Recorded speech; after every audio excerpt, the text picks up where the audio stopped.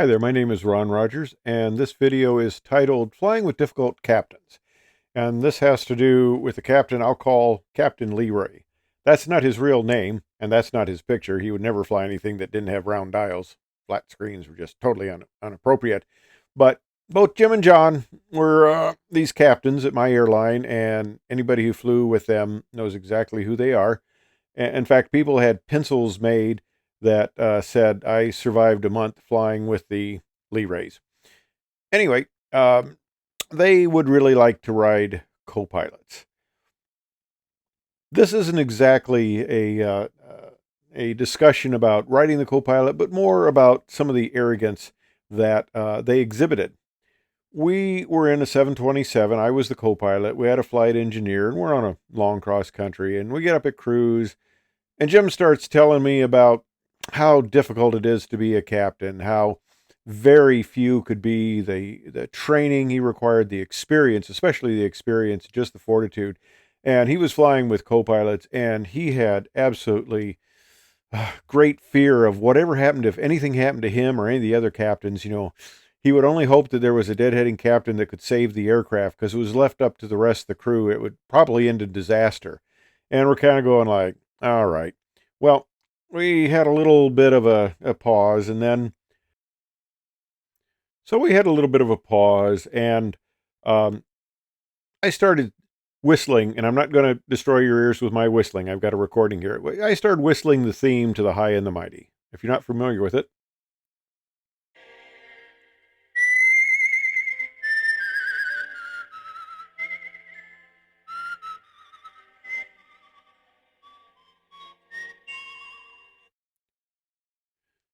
And Jim hears that, and he goes, yeah, what a movie. I go, yep, The High and the Mighty. Probably the greatest aviation movie of all time, isn't it? And Jim says, yes, it is. That's a great movie. And I go, well, who played the star in that movie? And Jim goes, oh, that was John Wayne. And I'm going, absolutely. Who would be better than to portray the star of the greatest aviation movie, probably of all time, than John Wayne?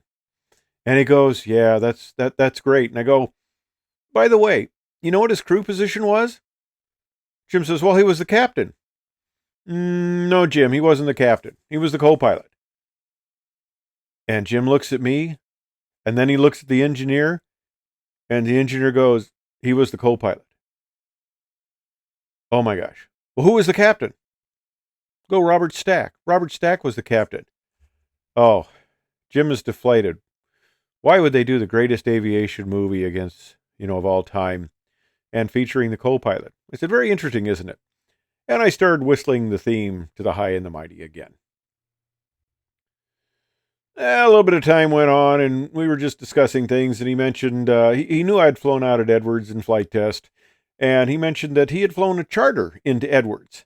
And, it was a great base. And I said, well, yes, that is the premier flight test facility in the country. I said, Nate, in probably the whole world, Edwards Air Force Base is the premier flight test facility in the world. He goes, that's right. And I said, Jim, you know who it's named after? And he goes, well, I guess some guy named Edwards. And I go, that's absolutely right. It's Captain Glenn W. Edwards.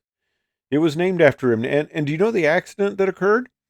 No, I don't. And I go, well, it had to do with a flight test on the YB-49. That was a jet-powered heavy bomber developed by Northrop Corporation after World War II. And it was an all-flying wing aircraft.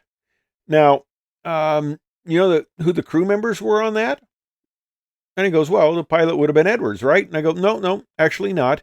The pilot was a Major Daniel Forbes, and Forbes Air Force Base is named after him. But the co-pilot was Captain Glenn W. Edwards.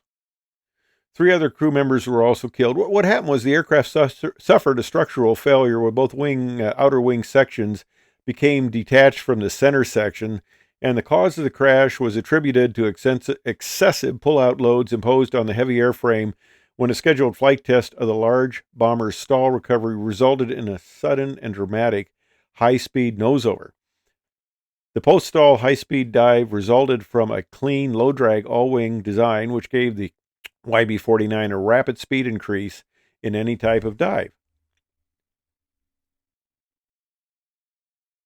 So here's a picture of the YB-49, and I mentioned, I think it's really interesting that the premier flight test facility in the country, nay, the world would be named after the co-pilot. Isn't that very interesting that they would name it after the co-pilot?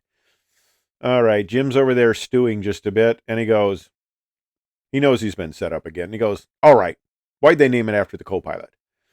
And I said, well, what they tend to do in the Air Force tradition is name a base after a prominent citizen of the state. And since Edwards is located in California and Captain Edwards was a resident of California, they named it after him, the co pilot. Anyway, the rest of the flight was fairly quiet. Thanks for watching.